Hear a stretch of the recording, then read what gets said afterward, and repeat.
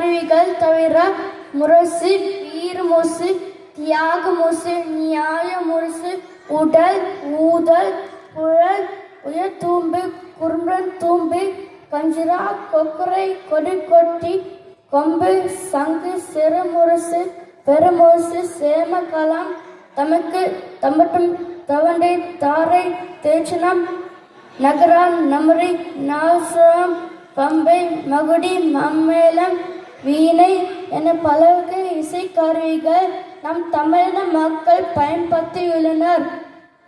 சிற்பம் சங்கல் வாய்ந்த நம் தமிழின இசைக்கருவிகள் பற்றி அறிந்து கொள்வதும் அதன் பெருமைகளை மற்றவர்களுக்கு எடுத்து கூறுவதுமே நாம் தமிழுக்கு செய்ய மிகப்பெரிய தொண்டு. நன்றி.